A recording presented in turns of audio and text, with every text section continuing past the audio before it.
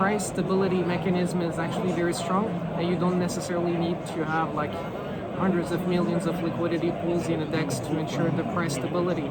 So because that token is less risky, that makes it also easier to integrate with other Web2 partners, with lending platforms. You can take leverage on top of it very soon. You can integrate that into indexes, index DAOs, for example. Oh, wow.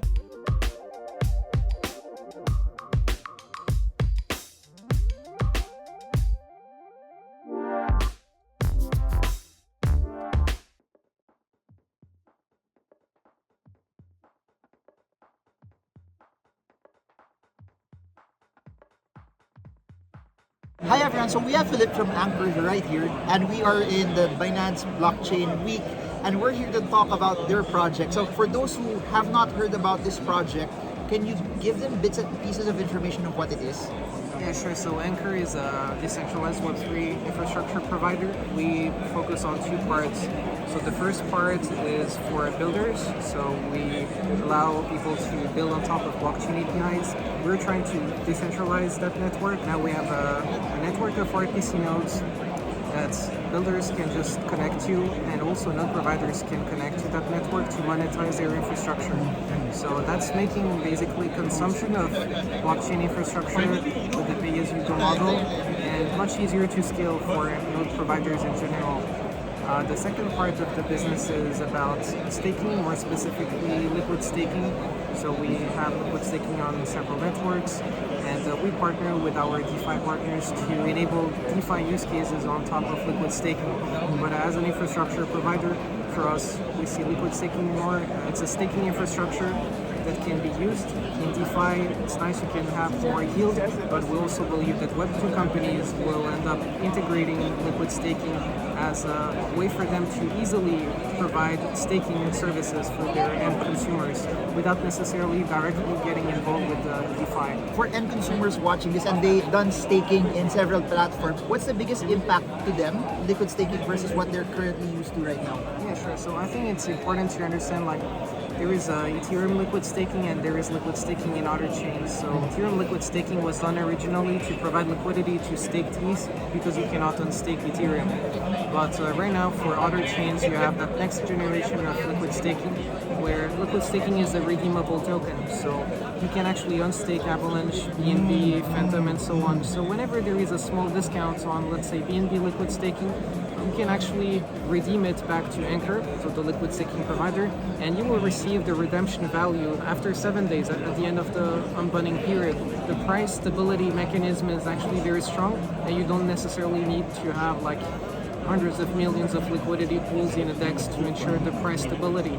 So because that token is less risky, that makes it also easier to integrate with other Web2 partners, with lending platforms. You can take leverage on top of it very soon.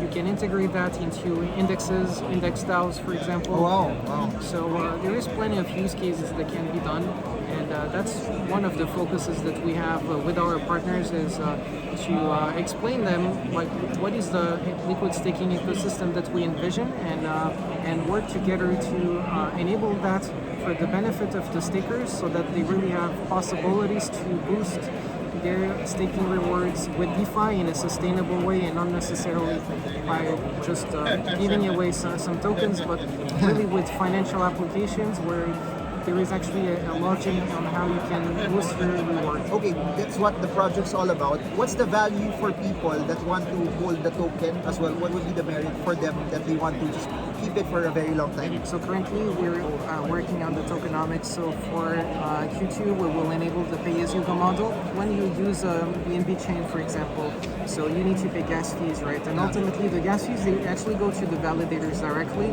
right? So that's their way to get a reward for providing an infrastructure work for the BNB chain.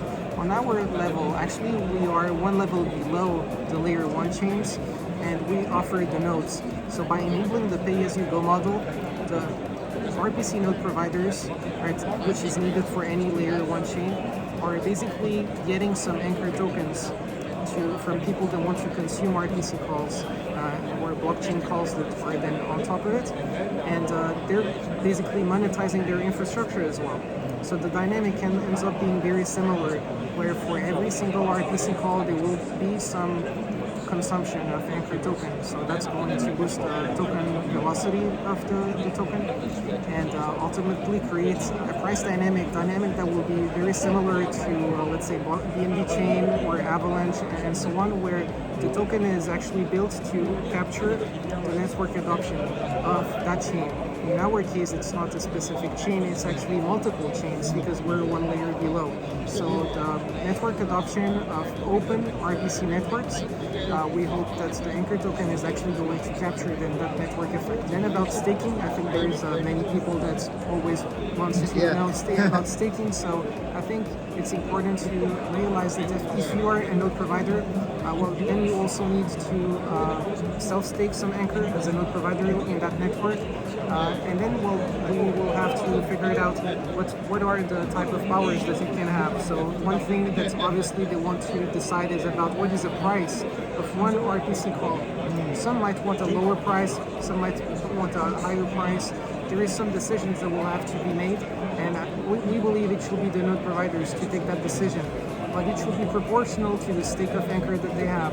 So if they want to boost their voting power, they can also then offer delegate stake, meaning please delegate to me. I'm an infrastructure provider. I want to vote to boost my voting power, and I'm ready to eventually share a little bit of my infrastructure revenues with you. But I'm doing that because I want to boost my voting power in the network to have more influence under that network and decide what is the price that I need to have for that network. So that's going to effectively enable delegate staking also for Ankr. So that's going to come a little bit later in the second phase. Well said.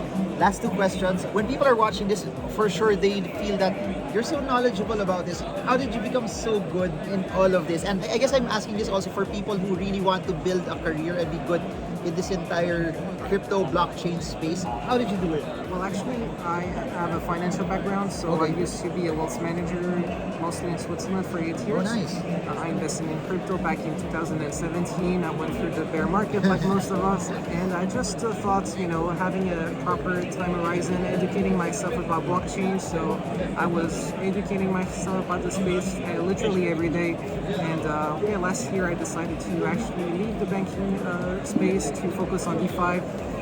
Actually, 2 days after resigning from banking, I got the offer from Ankr, a bit unexpected, and I thought, well, great, so many people here that are focused on decentralizing infrastructure and creating innovative products, and you learn much more by doing so as well, because you get exposure by so many different projects, opinions, visions, that gives you so many ideas. So yeah, basically that's the background and how I get to become knowledgeable about that. I think it's mostly interact with people, like-minded people, exchange ideas, and then you will see that you will learn much faster because here we're innovating. If you spend time educating people, you have less time to innovate, right? So exchanging with like-minded people, that's I think the best way to learn about the space. Got it. So what I'll do is I'll put details below for the entire project, link so that you get the right information. Any final words to people watching this? Well, if you're interested about DeFi and you're not necessarily have the confidence or the knowledge about it, I encourage you to try out. If you've been thinking about crypto and you want to eventually move and work in that space, I think it's be sure that you have some financial independence maybe before doing that, because it's volatile, but the learning curve that you will have, it will be amazing. You will learn so much. So definitely anyone that has an appetite for build into that space, I really encourage you to do it. And hopefully then the blockchain ecosystem will get bigger and bigger with more builders, more ideas, more people, and I think that will be very positive for the space. Got it. So in everything that you said, please take the time to learn more about it, get enough information so you come in with the right decisions also from information that you have. So thank you so much. It's such an honor to have you. To everyone, I hope this video helps you trade well, trade strong, trade smart. See you all again soon. God bless you all.